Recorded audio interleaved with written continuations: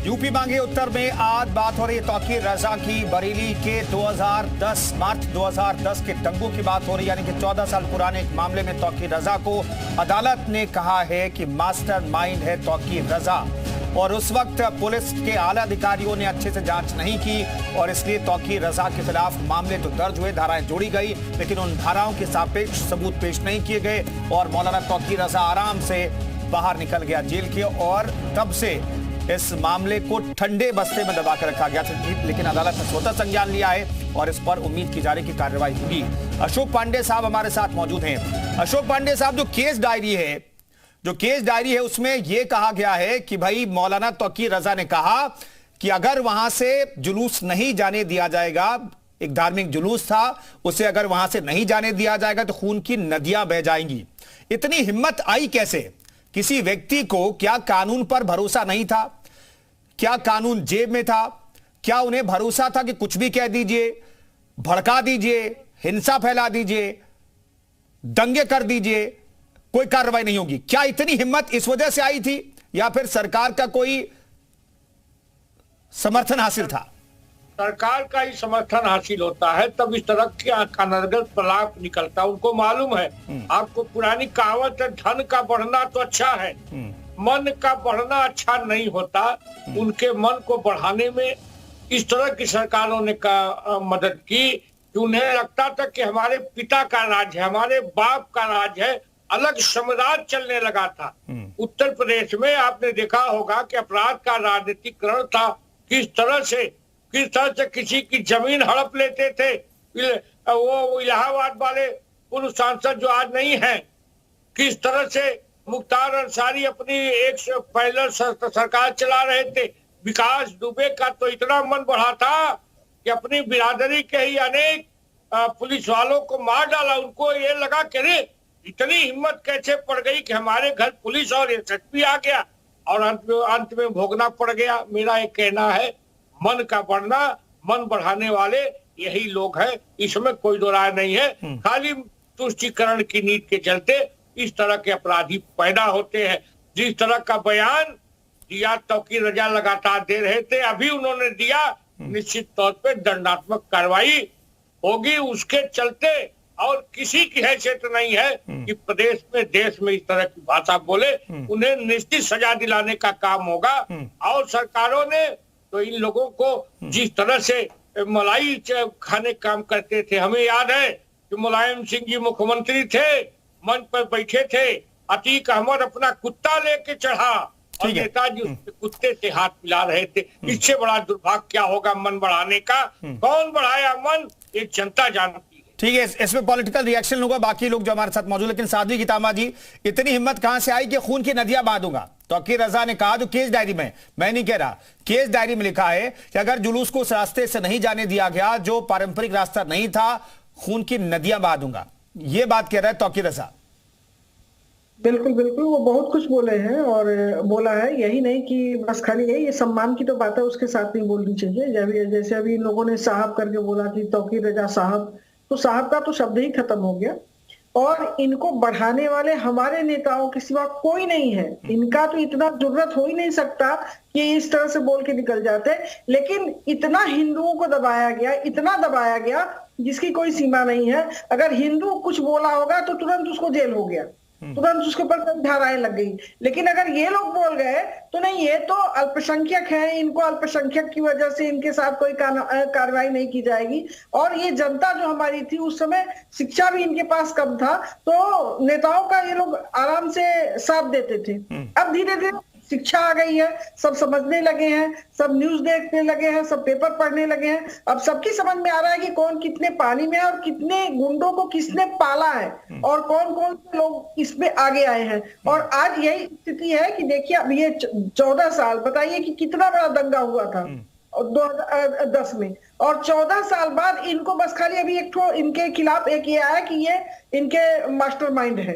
अभी इनके साथ सजा तो होनी बहुत दूर है। अभी जब इनको सजा होगी तब जाके उन परिवारों को शांति मिलेगी जो इनके द्वारा सताए गए हैं। खून की नदियां बहाने की ये कह रहे हैं, बहा भी सकते थे। अभी अगर सपा की सरकार होती, कांग्रेस की सरकार होती तो बह चुकी होती, कई नदियां बह गई होती, एक दो नदी नहीं बहती। इन लोगों के लिए कितनी हिम्मत कहां से आई? जी, तौकीर रजा को इतनी हिम्मत 2010 में कैसे थी कि उन्होंने कहा कि भाई खून की नदियां बहा दूंगा? पुलिस की मौजूदगी थी, सब लोग वहां पर मौजूद थे। कुंदन जी तथ्यात्मक रूप से बात करें अगर तो ही बात होगी। उस समय कांग्रेस की सरकार, कांग्रेस में थे तौकीर रजा साहब, और तौकीर रजा साहब के ऊपर जो कार्रवाई पुलिस कर सकती थी, जो सरकार के हाथ में होता है वो कर देती। अभी भाजपा प्रवक्ता ने बहुत अच्छी बात बोली, विकास दुबे जी के पास हिम्मत कहां से आई? इनको योगी जी ने दी थी या मोदी जी ने दी थी? नहीं, तौकीर रजा को आप तौकीर रजा साहब इंटेंशनली कह रहे हैं या फिर आपके मुंह से निकल जा रहा है? गौरव साहब जल्दी से, गौरव जी। नहीं तौकीर रजा, सुनिए कुंदन साहब, एक चीज और है, मैं विकास दुबे के वाले प्रकरण पे आ जाता हूँ। विकास दुबे को ताकत कहां से मिली? तौकीर रजा की हम बात कर लेंगे। आज तौकीर रजा के लिए हमने डिबेट रखी है, तौकीर रजा बात कर लेते हैं। गौरव साहब दूसरी हाँ बिल्कुल, हम लोग तो तौकीर रजा पे ही बात कर रहे थे। भाजपा प्रवक्ता जी लेके आए ना बीच में विकास दुबे, और विकास दुबे को जिस तरह सजा दी गई है वो सजा बसपा ने नहीं दी, वो न्यायिक रूप से सही नहीं थी। गाड़ी पलट देना, इनकाउंटर कर देना, ये चीजें बसपा ने नहीं किया, ये मैं मानता हूं। और आज भी बहन जी का पूरे उत्तर प्रदेश में आप किसी से भी बात कीजिए, सबसे कठोर प्रशासक के रूप में बहन जी का चेहरा है। कोई ये आज कठोर प्रशासक था तब तौकीर रजा बच गया। बहन जी की सरकार में अगर किसी ने अपराध नहीं गौरव साहब नहीं बचा कहां? आप यही तो नहीं, अब कब सजा दिलाएंगे गौरव साहब? शासन के हाथ में होता है। नहीं गौरव साहब, मुकदमे दर्ज हुए, जस्टिस दिवाकर का भला हो, उन्होंने स्वतः संज्ञान ले लिया कि भाई ये ठंडे बस्ते में पड़ा हुआ है मसला, इसको देखते जरा। देखा तो पता चला भाई ये मास्टरमाइंड है, ये खुला घूम रहा है। 11 मार्च को तलब किया अदालत ने, अब आगे अदालत देखेगी क्या करना है तौकीर रजा के साथ। लेकिन आप कहते हैं कि भाई बचा नहीं है। 14 साल से मामला ठंडे बस्ते में है साहब, और आप कह रहे हैं कि बचा नहीं है। पुलिस का काम सजा देना नहीं है कुंदन जी, पुलिस का काम सजा देना नहीं है, सजा देना का काम कोर्ट का है। पुलिस ने अपनी कार्रवाई की, पुलिस ने अपनी धाराएं लगाई, पुलिस ने अपनी चार्जशीट तैयार की, जिसके आधार पर आज कोर्ट में सुनवाई हो रही है। ठीक है, ये स्वतः संज्ञान वाला मामला कहां से आ जा रहा है? कोर्ट में अगर पेंडिंग पड़ा हुआ है, इसमें सरकार कहां से दोषी हो गई? आप लोग किस तरह की बात कर रहे हैं? कोर्ट में मामला पेंडिंग था, ना कि पुलिस थाने में पेंडिंग था। आप क्या बात कर रहे हैं? ये योगी जी ने थोड़ी ना एफआईआर दर्ज करा के ये मामला कोर्ट में पहुंचा दिया। आप समझे नहीं गौरव साहब, थोड़ी ना एफआईआर, अगर आपने पुख्ता सबूत आपकी पुलिस ने पेश किया होता तो ये मामला पेंडिंग नहीं होता। ये मामला पेंडिंग नहीं होता, छूट नहीं जाता तौकीर रजा। आशीष चतुर्वेदी जी, ऐसे लोगों को क्यों बख्शा जाता रहा? आपकी सरकार गुजर गई, बीएसपी की सरकार 2 साल में चली गई, आपकी सरकार आई, तो क्या ये कार्रवाई पहले हो सकती थी, इस तरह की कार्रवाई? देखिए, ये तो कोर्ट ने जो है, जैसा आपने बताया कि स्वतः संज्ञान लिया है, क्योंकि कोर्ट में पहले ही ये जो पुलिस को चार्जशीट फाइल करनी होती है, वो पुलिस चार्जशीट फाइल कर चुकी थी पहले ही। अब वो किस कोर्ट के अंदर की जो प्रोसीडिंग थी, वो हम सबने देखा है कि हमारे यहाँ बहुत एक लंबी प्रक्रिया होती है, और कहीं ना कहीं कोर्ट ने उसे स्वतः संज्ञान लेकर के, अच्छी बात है स्वतः संज्ञान लिया है। और ऐसे बहुत से मामले हैं जिनपे स्वतः संज्ञान लेना चाहिए कोर्ट को। जैसे अभी 8-9 बार यहाँ पर्चा लीक हो गया है उत्तर प्रदेश में, उसमें भी शायद गिनीज बुक में नाम जाएगा सरकार का कि इतनी बार पर्चा लीक हुआ, कैसे लीक हो रहा है, उस पर भी कार्रवाई होनी चाहिए। बट हमारा यही कहना है कि इन चीजों पे कार्रवाई, अभी जैसे मैं बात अधूरी रह गई थी, अभी वेस्ट बंगाल में जब प्रोटेस्ट हो रहा था, भारतीय जनता पार्टी के लोग उर्दंग मचा रहे थे, तो वहां एक आईपीएस ऑफिसर थे, सरदार थे, उनको आपने जो है खालिस्तानी बोल दिया। हम सब ने वीडियो देखा, लेकिन क्या आपने अपने भारतीय जनता पार्टी के नेता के खिलाफ कोई कार्रवाई करी? नहीं करी। आपको सूट नहीं करता है, आप सिलेक्टिव टारगेट करते हैं कहीं ना कहीं। तो कहीं ना कहीं जब आप ऐसा करेंगे, नहीं ये समाजवादी पार्टी की क्या संस्कृति बन गई कि अदालत भी चॉइस के हिसाब से काम करती है। आपको ये लगता है कि भाई इसका भी संज्ञान लेना चाहिए, उसका भी संज्ञान लेना चाहिए। अदालत को लगा, जस्टिस दिवाकर को लगा कि भाई ये मामला ठंडे बस्ते में पड़ा, इसको देखें भाई। अब अदालत पर भी सवाल उठाना तो थोड़ा कम कर दीजिए आशीष साहब। वहां भी जाग नहीं चाहिए ना, वहां इतने हजारों लाखों लोगों का भविष्य अटक रहा है, तो किसी ना किसी जज साहब की अंतरात्मा वहां भी जागनी चाहिए। मैं तो अपेक्षा कर रहा हूँ ना, उम्मीद कर रहा हूँ, तो उम्मीद करने में तो कोई बुराई नहीं है। ये बुराई है तो आप बता दें। नहीं तो मैं एक चीज और जानना चाहता हूं भाई, 10 में ये दंगा हुआ, 12 में आपकी सरकार आ गई, क्या आपकी सरकार भी कोई कार्रवाई कर सकती थी कि भाई 27 दिनों तक किसी एक व्यक्ति की वजह से, हालांकि 300 लोगों पर एफआईआर दर्ज हुई थी पहले, तो बाद में 30 पर आकर के मामला अटक गया, और तौकीर रजा भी उससे एक तरीके से बरी कर दिए गए, ये कहा जाता रहा। तो क्या आपकी सरकार भी कोई कार्रवाई कर सकती थी? योगी आदित्यनाथ की सरकार 2017 में आई, 2017 से लेके 2024 तक भारतीय जनता पार्टी सरकार ने क्या कार्रवाई की, बता दीजिए। नहीं, वो तो आप अशोक पांडे साहब से पूछ लूंगा। आप भाई, वो तो अशोक पांडे से मैं सवाल ले लूंगा। मेजर आशीष, वो तो अभी उन्होंने मुख्तार अंसारी का नाम लिया, वो उस पर भी जवाब देंगे। अब तो उन्होंने गठबंधन कर लिया उनके साथ। नहीं, अब वो उनकी पार्टी में है नहीं, ये तो उनका मैटर है भाई। जिनके साथ गठबंधन किया उनको टिकट दे ना दे, पार्टी में है नहीं है, वो तय करेंगे भाई। एक डिबेट में आप 4 चीजों को इन्वॉल्व करेंगे। मेजर आशीष, आपसे उम्मीद नहीं है कि भारतीय जनता पार्टी का कुछ भी बोलता रहे और हम लोग जब चीजें उसी से जुड़ी हुई उठा दे तो आप कहें ये तो बाहर है, आउट ऑफ सिलेबस है, आज इसी पे बोलेंगे, ऐसा नहीं होता ना। लेकिन जो रिलेटेड चीज है जो उसी का है वो नहीं, मैंने स्पेसिफिक सवाल पूछा, सवाल का जवाब सवाल नहीं होता ना आशीष। मेजर आशीष, सवाल का जवाब सवाल नहीं हो सकता ना। पहली चीज, आप मेजर आशीष ही बोलेंगे, आशीष कोई नहीं है यहाँ। नहीं, ठीक है, वो स्लिप ऑफ टंग था, मैंने अब करेक्ट किया उसे। हाँ, तो दूसरी बात, अभी मैं साधु जी को बताना चाहूंगा कि यहाँ ओवैसी साहब हैं क्या, जिनके भाई ने कहा था कि पुलिस हटा लो थोड़ी देर के लिए तो हम दिखा दें। तो ऐसे व्यक्ति ने बोला, उसको दम कहां से मिला, किस सरकार से दम मिला, क्या कार्रवाई करी किसी सरकार ने उनके खिलाफ, बल्कि उनको भारतीय जनता पार्टी। आशीष, मैं फिर से सवाल पूछ रहा हूं, क्या ये कार्रवाई आपके शासनकाल में, 5 साल के शासनकाल में भी हो सकता था, ये कार्रवाई हो सकती थी? जब कोर्ट के अधीन मामला था तो कोई सरकार उसमें कुछ नहीं कर सकती थी, ऑलरेडी कोर्ट के अधीन था। ठीक है अशोक पांडे साहब, आपकी सरकार 24 तक योगी गवर्नमेंट 1.0 1.2 2.0 चल रहा है अब तो। क्या यह कार्रवाई प्रोएक्टिव होकर के अभियोजन पक्ष किसी मामले को अंजाम तक पहुंचा सकता है? क्या यह पहले एक्शन लिया जाता सरकारों की तरफ से तो तौकीर रजा को उनके अंजाम तक पहले पहुंचाया जा सकता था? अशोक पांडे साहब, देखिए, निश्चित तौर पे उसी का अंजाम है कि आज उनको मास्टरमाइंड माना गया, अदालत नहीं माना है और अदालत में केस चल रहा है और सरकार ने पुख्ता सबूत, निश्चित तौर पे हम उसके खिलाफ सारी सबूत इकट्ठा करके गंभीरता से खड़े रहेंगे। जिसने माताओं की कोखें उजाड़ी है वो निश्चित तौर पे उसे हम, इन लोगों की तरफ बचाने वाले लोग नहीं है, निश्चित तौर पे उसे दंड मिलेगा, इसमें कोई दो राय नहीं है। लेकिन मेजर साहब से पूछना है कि मास्टरमाइंड वलीउल्लाह बनारस बम कांड का विस्फोटक आतंकी था, उसने विस्फोट किया, सैकड़ों लोग मरे थे, लाशों के अंबार थे और उत्तर प्रदेश की सपा सरकार ने उस पर से मुकदमा वापस लेने का निर्णय क्यों किया था वलीउल्लाह पर से? फिर कोर्ट ने संज्ञान लिया, वलीउल्लाह को फांसी हुई। तो इस तरह का अगर तुष्टिकरण करोगे मेरे भाई तो निश्चित तौर पे माताओं बहनों की कोखें उजड़ेंगे ही। लेकिन हमारी सरकार है, कोई दंगाई बचने नहीं पाएगा, इसमें कोई दो राय नहीं है। ठीक है मोहम्मद इफाक साहब, फिर से मैं पूछ रहा हूं कि क्या मौलाना तौकीर रजा जैसे लोग, खाई जो है, जो खाई अगर है भी तो वो खाई पैदा करने वाले मौलाना तौकीर रजा जैसे लोग हैं जो कहते हैं खून की नदियां बहा देंगे?